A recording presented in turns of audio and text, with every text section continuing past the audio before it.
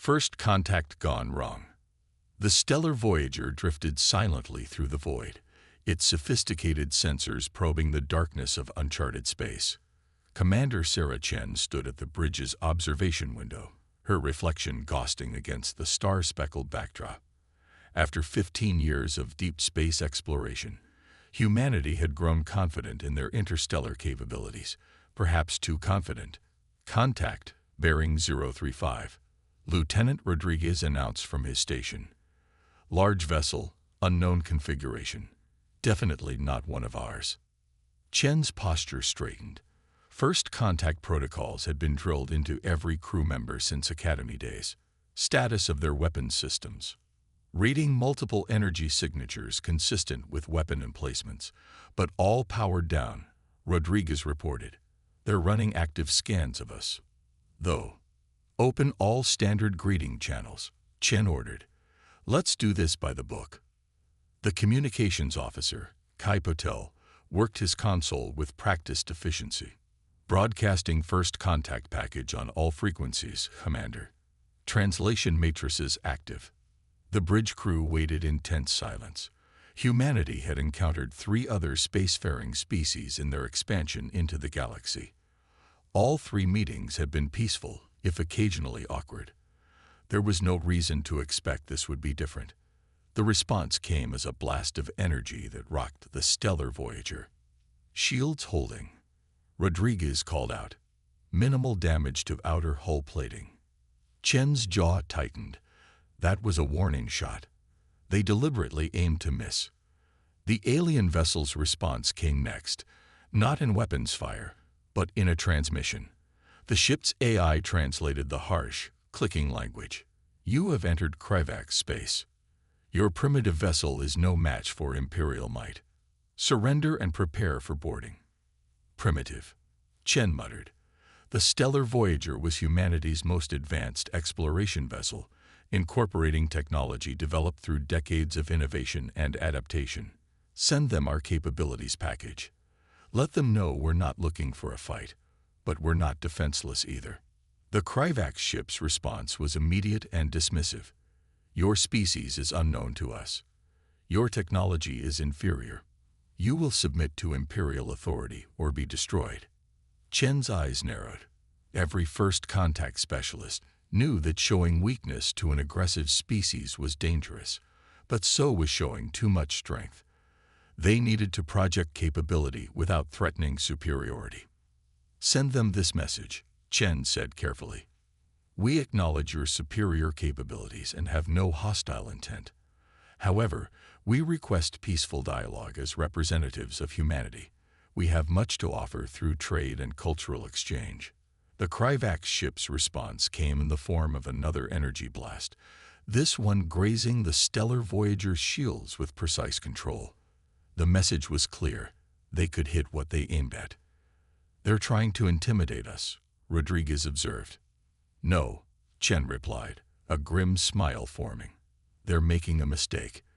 They think our diplomatic approach means we're weak. She turned to her tactical officer. Power up all defensive systems, but keep weapons cold. Show them we can take a punch. The HFY vessel launched a series of increasingly powerful attacks, each carefully calculated to strain but not overwhelm the stellar Voyager's shields. They were testing, probing for weaknesses, completely unaware that every shot they fired was being analyzed, every frequency documented, every pattern noted. Hull integrity at 92%, Rodriguez reported after the latest barrage. They're not actually trying to destroy us, Commander. This is a demonstration. Chen nodded. And we're giving them exactly what they expect to see. A primitive species barely holding on.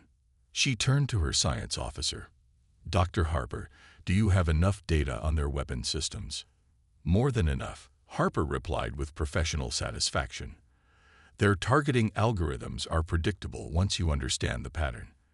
And their energy weapons have a distinct signature we can replicate. R&D back home will have a field day with this data. The HFY ship finally ceased its attack. Their next transmission dripped with condescension. You have been evaluated and found wanting. Return to your territory. The Kryvax Empire will come for your worlds when we deem it time. Prepare yourselves for proper submission to your superiors. Chen allowed herself a small smile. Send acknowledgement. Full retreat pattern. As the stellar Voyager limped away at sublight speed, while its faster-than-light drive remained carefully hidden, Chen composed her report to Earth Command. The Kryvax Empire had made the classic mistake of confusing diplomacy for weakness, restraint for inability. They think they've seen everything we can do, she told her bridge crew. They haven't seen anything yet. Humanity didn't get to the stars by being anyone's easy target. The stellar Voyager's apparent retreat was, in fact, the beginning of humanity's preparation. Every bit of data they'd gathered would be analyzed, every weapon frequency studied, every tactic documented. The Kryvax Empire had no idea they'd just gifted their future opponents with a comprehensive look at their military capabilities. They would learn, eventually, what so many others throughout history had discovered. Those who mistake humanity's desire for peace as a sign of weakness tend to have very short futures indeed. The art of adaptation. 3 months after the stellar Voyager's encounter, Earth's research facilities had transformed into hives of innovation. Deep within the Lunar Defense Complex, Dr. Maya Patel stood before a holographic display of the Kryvax weapon signatures, her eyes reflecting the dancing patterns of energy frequencies. "Show me the modulation pattern again," she commanded. The AI complied, replaying the energy signature from the Kryvax attacks. That's their weakness. Her colleague, Dr. James Wilson, leaned forward. The oscillation. Exactly. Maya's fingers danced through the hologram, highlighting specific wavelengths. Their energy weapons are incredibly powerful, but they follow a predictable harmonic pattern. It's like they never considered someone might analyze it to this degree. The laboratory around them hummed with activity. Hundreds of Earth's brightest minds have been working round the clock, turning the Kryvax Empire's show of force into a technological goldmine. What the Kryvax had intended as intimidation had become humanity's greatest advantage. Defense Command is on the line, the lab's AI announced. Admiral Carson requesting update. The Admiral's hologram materialized in the center of the room. "Dr. Patel, please tell me you have something. Our long-range sensors show Kryvax fleet movements. They're coming sooner than we expected." Maya allowed herself a small smile. "We have better than something, Admiral. We have everything." She gestured, and the lab's displays filled with technical specifications. The Kryvax weapons are based on principles we've already been exploring. They're just further along the development curve. But their arrogance made them sloppy. "Explain," Carson demanded. "They've optimized their weapons for raw power, but sacrificed adaptability. Every shot follows the same energy pattern. Incredibly efficient, but predictable. We've developed shields that can synchronize with these patterns, actually drawing power from their attacks." Wilson stepped forward. "And that's just the defensive innovations. We've reverse-engineered their targeting systems and found ways to improve them using our own AI algorithms. Their technology is advanced, but it's stagnant. They haven't had to innovate in probably centuries." Admiral Carson's hologram nodded slowly. "How quickly can we implement these developments?" "We've already begun retrofitting the fleet," Maya replied. "The basic shield modifications can be implemented within weeks. The more advanced systems will take longer, but..." She paused, allowing herself a moment of pride. "We'll be ready when they come." The next month saw humanity's ships transformed. The Kryvax would expect to find the same primitive vessels they'd encountered before. Instead, they would face an adapted, evolved fleet. But Earth's preparations went beyond mere technological advancement. In orbital shipyards around Mars, vessels were being reconfigured based on the gathered intelligence. Special forces trained in new tactics designed specifically to counter Kryvax strategies. Every scrap of data from the stellar Voyager encounter was analyzed, reanalyzed, and turned into actionable intelligence. Commander Chen, now promoted and overseeing the tactical response development, stood before a gathering of fleet captains. The Krivaks expect us to fight conventionally, to try matching their firepower head-on. That's not going to happen. We're going to show them something they've never seen before. The tactical displays showed the new formations and strategies developed by Earth's military think tanks. Centuries of human military history, from ancient guerrilla warfare to modern special operations, had been adapted for space combat. The Krivaks' rigid, formal battle doctrine would be their undoing. They think technology alone wins wars, Chen continued. We know better. We know it's the people using the technology that make the difference. And humanity's greatest strength has always been our ability to adapt, to take what we learn from every encounter and evolve. The first test of humanity's preparations came sooner than expected. A Krivaks battle group emerged from faster-than-light travel near the Proxima Centauri colony. They expected to find a vulnerable settlement ripe for conquest. Instead, they found themselves facing ships that seemed to shrug off their previously unstoppable weapons. The battle was brief but decisive. The Krivaks vessels, confused by the humans' unexpected resilience, retreated in disarray. Their commander's final transmission betrayed their shock. How? You were primitive. You were weak. Chen's response was transmitted on all frequencies. You showed us your strength, and we learned from it. That's what humans do. We adapt. We evolve. We overcome, and you haven't seen anything yet. As the Krivak ships fled, humanity's leaders knew this was just the beginning. The Empire would return in greater numbers, with newer weapons and strategies. But they would find humanity ready, having turned their own technology against them. The art of adaptation, perfected over millennia of human history, was about to be demonstrated on a galactic scale. The Krivaks Empire was about to learn why underestimating humanity's capacity for growth was historically considered a terminal mistake. Unconventional warfare. The asteroid belt of the Sigma Draconis system seemed empty and lifeless, exactly as Fleet Captain Diana Torres wanted it to appear. Her ship, the ESS Ghost Runner, drifted silently among the rocks, its revolutionary stealth systems making it virtually indistinguishable from the surrounding space debris. Krivaks battle fleet approaching, her tactical officer whispered, as if the enemy might somehow hear. 5 capital ships, standard Imperial formation. Torres smiled. The Krivaks' predictability had become their greatest weakness. Position of the rest of the wolf pack. All ships report ready, Captain. Waiting for your signal. The massive Krivaks vessels moved through space with imperial arrogance, their formation perfect, their approach textbook. They had no reason to suspect that what appeared to be a routine patrol through their newly claimed territory would become a lesson in human combat evolution. Let them pass the marker, Torres ordered. Remember, we're not here to destroy them. We're here to teach them fear. The Krivak ships passed the designated point, and Torres gave the signal. Suddenly, the seemingly empty asteroid field came alive.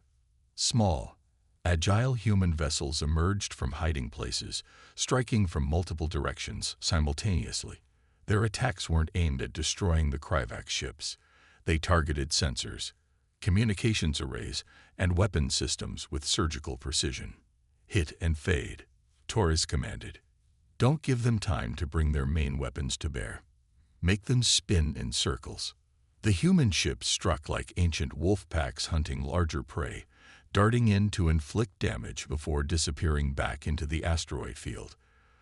The Krivaks' response was predictably rigid. They maintained their formation, trying to bring their powerful but slow-tracking weapons to bear on targets that were already gone. They're launching fighters, her tactical officer reported. Right on schedule, Torres replied. This was where Phase 2 began. Spring the trap.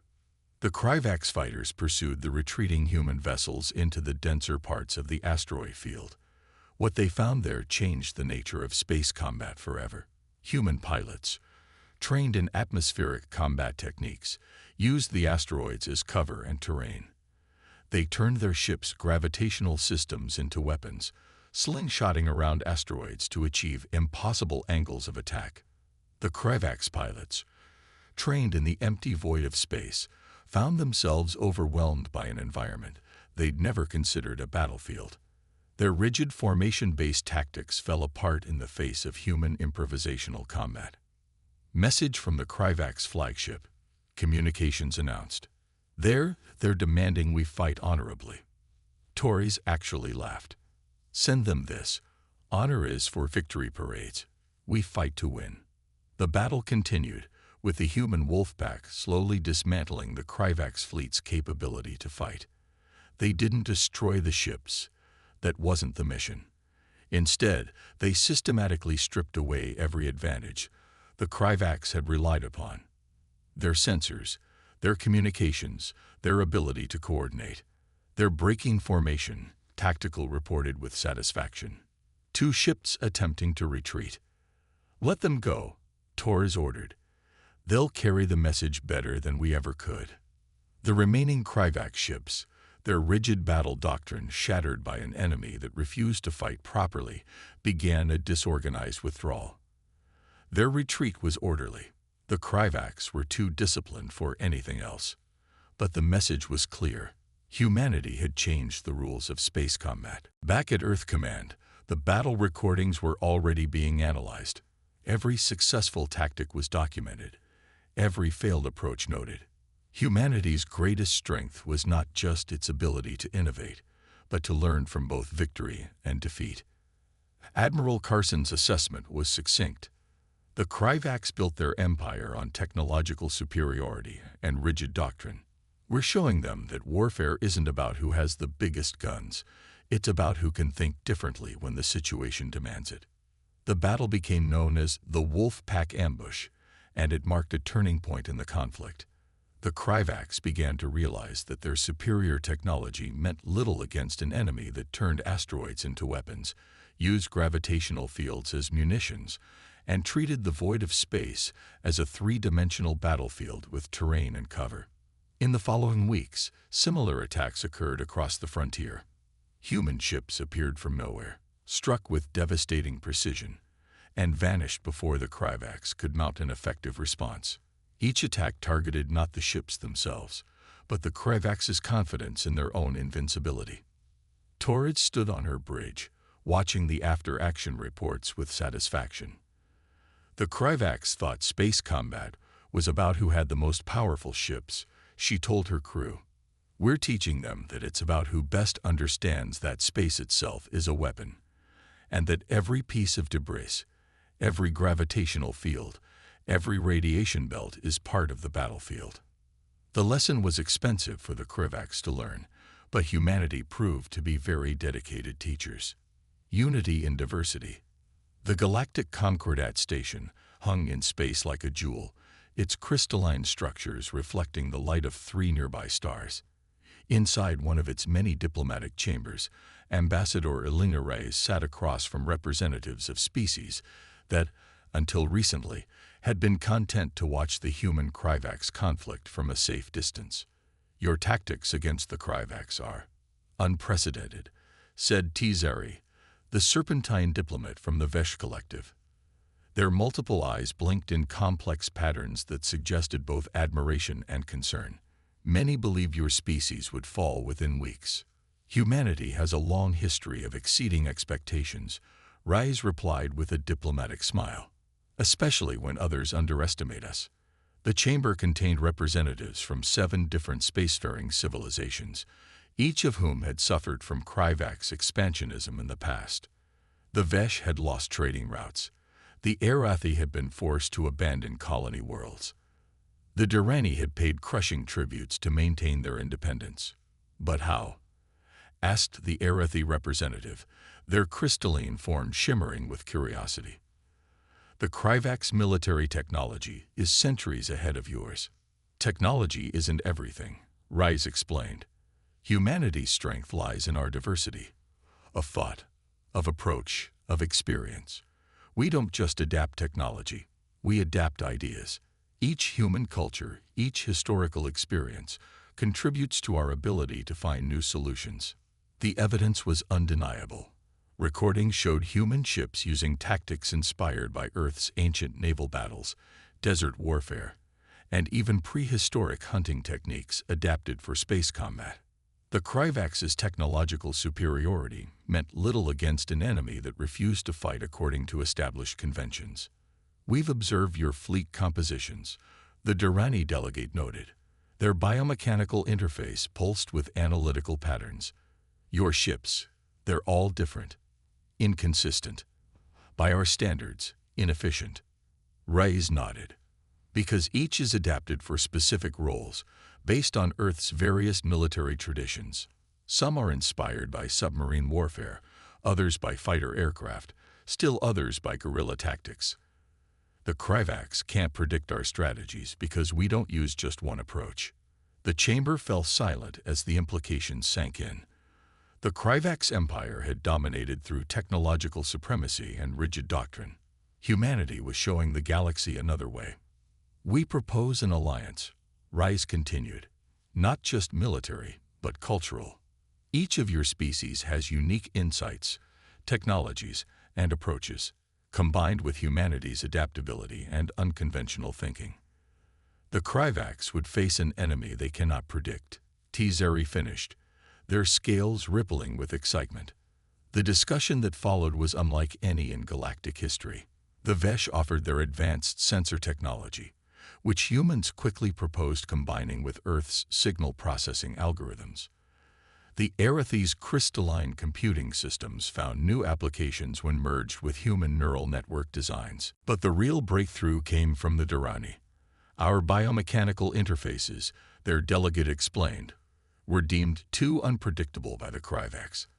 They prefer pure machine logic. But humans," Reyes leaned forward, "we understand working with biological systems. We've built our entire civilization on adapting to and working with the unpredictable." Within weeks, the first joint human-Durrani ships were under construction. The Kryvax's worst nightmare was becoming reality. Their former tributaries were not just allying with humanity, they were learning to innovate again. The Alliance's first major victory came at the Battle of Proxima Secundus. Kryvax commanders found themselves facing ships that combined Vesh sensor ghosting, Arethi crystalline computing, Durrani biomechanical reflexes, and human tactical unpredictability. Their defeat was total. "Your species," Tzeri told Reyes after the battle, "does more than fight differently. You teach others to think differently." Reyes watched as mixed crews of humans and aliens celebrated together. "That's because we know strength isn't just about having the best technology or the most ships. It's about bringing together different perspectives, different approaches, different ways of thinking." The Kryvax Empire had built its power on forcing others to conform to their standards. Humanity showed the galaxy that true strength comes from embracing diversity, from combining different approaches to create something new. "They called us primitive," Reyes mused, watching human engineers working alongside Arethi crystalline artisans to modify a ship's systems. They never understood that seeing things differently, being willing to learn from others and adapt, is the most advanced capability of all. As news of the Alliance's successes spread, more species began to reconsider their stance of neutrality. The Kryvax Empire had ruled through fear and technological superiority. Humanity offered something different, the chance to be part of something greater than themselves, while remaining uniquely themselves. The message to the galaxy was clear. In unity there is strength, but in diversity there is invincibility. Turning the tide. The massive fleet assembled near the edge of Kryvax space represented something unprecedented in galactic history. Human ships flew alongside Vesh sensor vessels, their hulls bristling with hybrid technology. Arethi crystalline cruisers pulsed with energy patterns that would have been impossible months ago. Durrani biomechanical destroyers moved with an organic fluidity that defied traditional space combat doctrine. Admiral Sarah Chen, promoted from her days commanding the Stellar Voyager, stood on the bridge of the ESS Defiant, surveying the combined fleet. The same Kryvax who had dismissed humanity as primitive now faced the consequences of their arrogance. "Status of the Kryvax home fleet?" she asked. "Maintaining defensive positions around their core systems," her tactical officer reported. They're still following traditional doctrine. Rigid formations, standardized responses. Chen smiled. The Kryvax hadn't learned. They couldn't learn. Their entire civilization was built on the belief in their superiority, their unchanging perfection. That would be their downfall. Send the signal to all ships, she ordered. Operation Paradigm Shift begins now. The Allied fleet moved forward, but not as a single unit.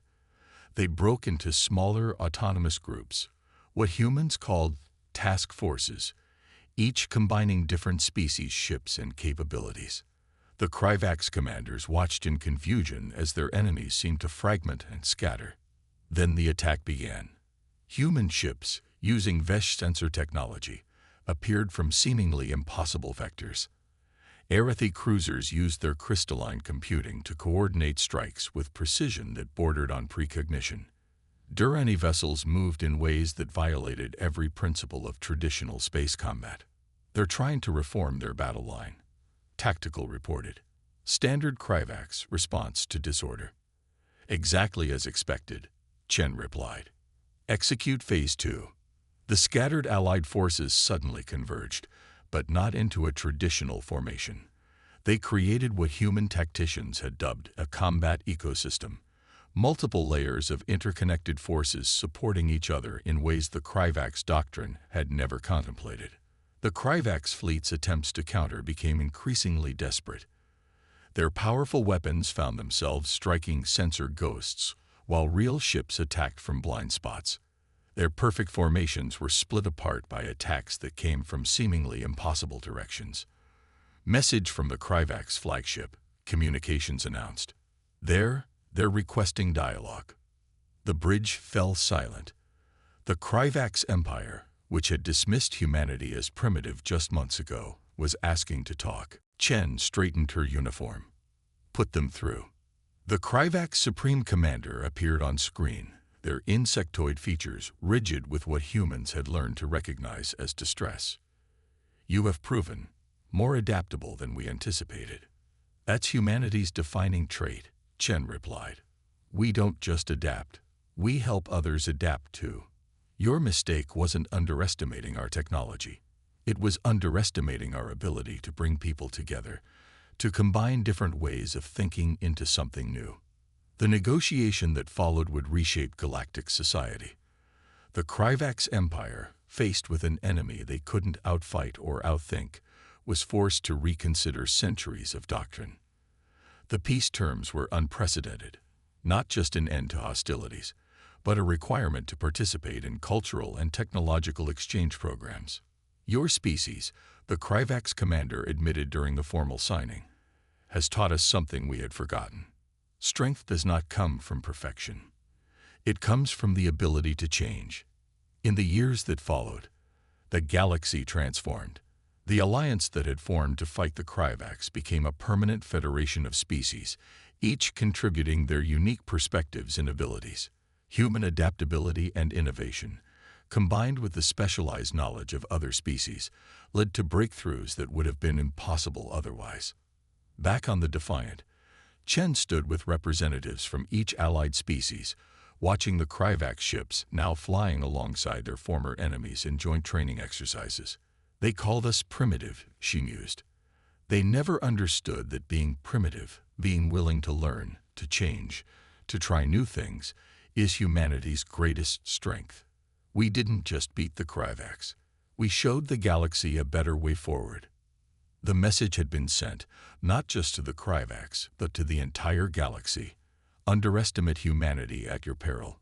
Because humans don't just fight.